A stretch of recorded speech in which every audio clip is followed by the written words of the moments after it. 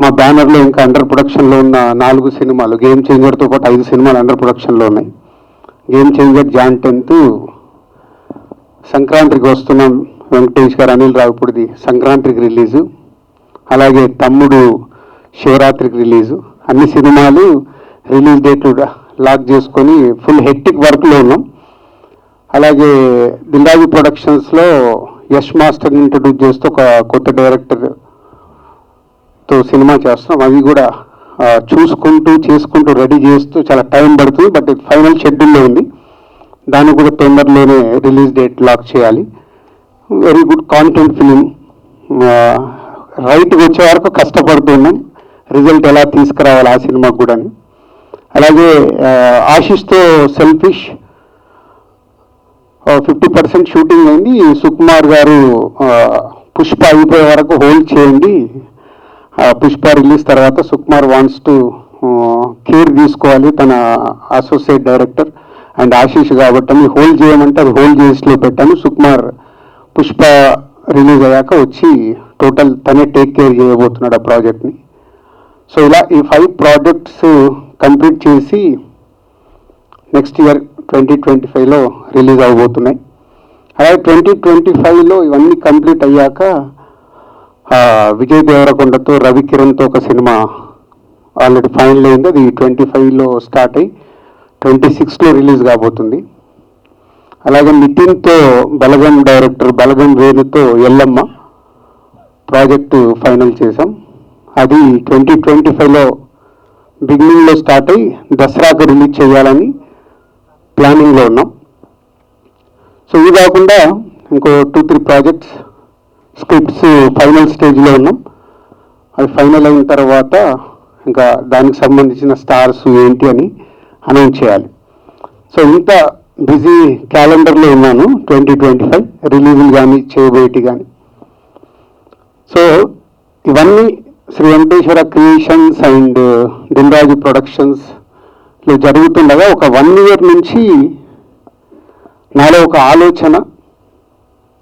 ఆలోచన ఏంటంటే, బిగినింగ్లో నేను ఒక్కొక్క సినిమా చేస్తున్నప్పుడు కొత్త డైరెక్టర్లతో కూర్చొని ఆ స్క్రిప్ట్ని ట్రావెల్ చేస్తూ దానికి సంబంధించిన మ్యూజిక్, దానికి సంబంధించిన ప్రమోషన్, ఇలా ప్రతి ఒక్కటి నేను ఇన్వాల్వ్ అయ్యి చేస్తూ ఉండేవాడిని.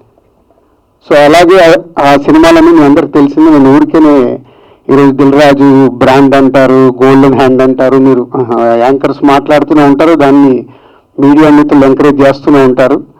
సో అవన్నీ జరగటానికి ఒక జర్నీ. సో ఆ జర్నీ నేను చూస్తుంటే దిల్రాజు ప్రొడక్షన్స్ స్టార్ట్ చేసింది కూడా హర్షిత్కి అన్సితకి అప్పచెప్పింది కూడా అదే ఐడియాతో. నాకు కొత్త జనరేషన్కి గ్యాప్ వచ్చేసింది. So why not next generation మీరు వస్తున్నారు కాబట్టి మీరు టేక్అవుట్ చేయండి అని వాళ్ళు చేసి 4 సినిమాలు కొత్త డైరెక్టర్లకి కొత్త వాళ్ళకి అవకాశం ఇస్తూ వెళ్తున్నాను. పోతే నాకు సినిమాలే కాకుండా వర్క్ లోడ్ పెరుగుతున్న కొద్దీ ఇప్పుడు వాళ్ళని లేదు మీరు ఇప్పుడు కొత్త వాళ్ళతోనే చేస్తూ వెళ్తే ఇవన్నీ ప్రాజెక్ట్స్ ఎవరు చూడాలి అని వాళ్ళని మెల్లిగా ఇప్పుడు అన్సిత అండ్ హర్షిత్ ఎల్లమ్మ చూసుకోబోతున్నారు. రౌడీ మన విజయ్ దేవరకొండతో చేద్దామనుకునే సినిమా శిరీష్ గారు చూస్తారు. సో నేను నెక్స్ట్ 2025 తర్వాత జటాయు ఎప్పటి నుంచో రెడీ చేసిన సినిమా, అది పాన్ ఇండియా సినిమా. సో నేను ఆ సినిమా చూసుకోవాలని నేను అటు వర్క్ చేస్తున్నాను. నాట్ ఓన్లీ జటాయు, ఇంకా 2026లో స్టార్ట్ చేయాల్సిన ప్రాజెక్ట్స్ కూడా విఎఫ్ఎక్స్ బేస్డ్ ప్రాజెక్ట్స్ ఉన్నాయి. అవి నేను ఎక్కువ వర్క్ చేయాలి. సో ఇవన్నీ జరుగుతున్నప్పుడు మళ్ళీ సరే ఈ యంగ్ జనరేషన్తో కొత్త వాళ్ళని ఇండస్ట్రీకి తీసుకురావాలి, దానికి ఏదో ప్లాట్ఫామ్ కావాలని నాకు ఒక థాట్ క్రియేట్ అయింది. సో అందరితో డిస్కస్ చేస్తూ ఆ ప్లాట్ఫామ్ ఎలా ఉండాలి.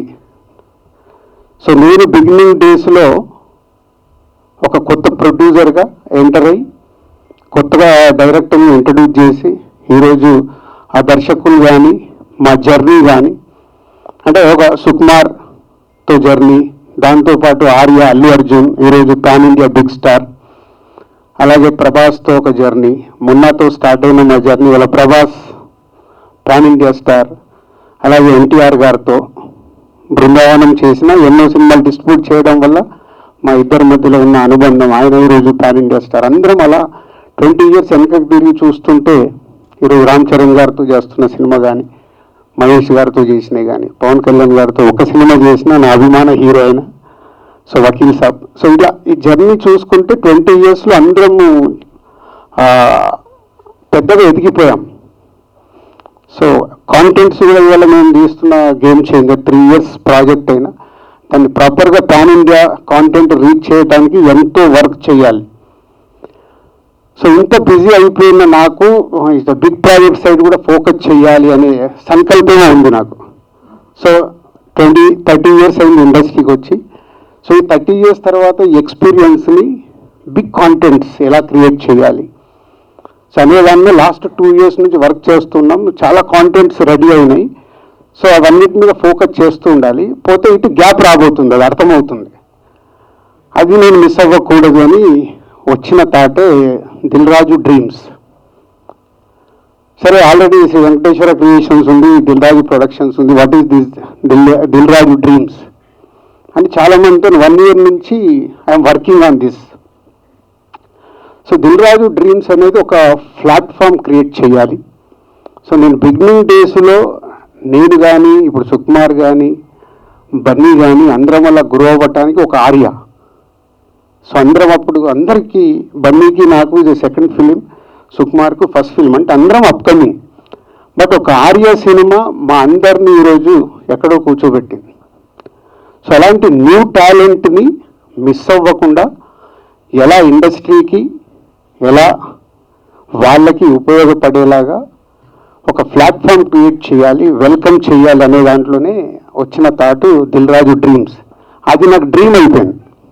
నా పేరుకి నాకెందుకు అది సడన్గా ఒకరోజు అందరం ఇండస్ట్రీకి వెళ్ళిపోతాం, పర్మనెంట్ ఇక్కడ లేదు అంటే వెళ్ళిపోతామంటే నాట్ ఓన్లీ ఫిలిం ఇండస్ట్రీ, లైఫ్లోకి ఎగ్జిట్ వెళ్ళిపోవాల్సిందే.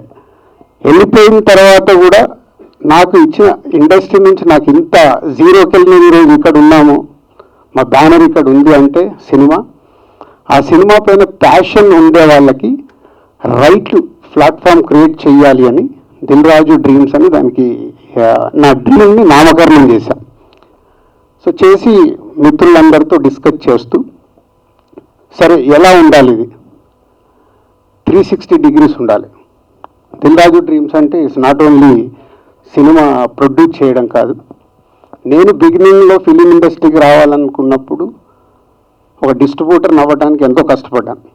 ఒక సినిమా కొనుక్కోవాలంటే నాకు తెలుసు అప్పుడు నాకున్న దగ్గర ఉన్న డబ్బు పోగొట్టుకొని మళ్ళీ సక్సెస్ఫుల్గా నిలబడటానికి ఇదే ప్రసాద్ ల్యాబ్లో పెళ్లిబందర్ అనే సినిమాకి 48 hours నాకు స్లీప్ లేదు. ఇక్కడ అప్పుడు లాన్ ఉండేది, ఇట్లా అప్ అండ్ డౌన్ లాన్, దానిపైన పడుకున్నాను.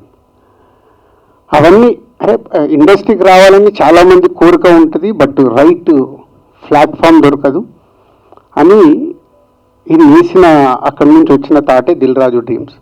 360 degreesలో ఈ దిల్ రాజు డ్రీమ్స్ అనే ప్లాట్ఫామ్ క్రియేట్ చేశాం.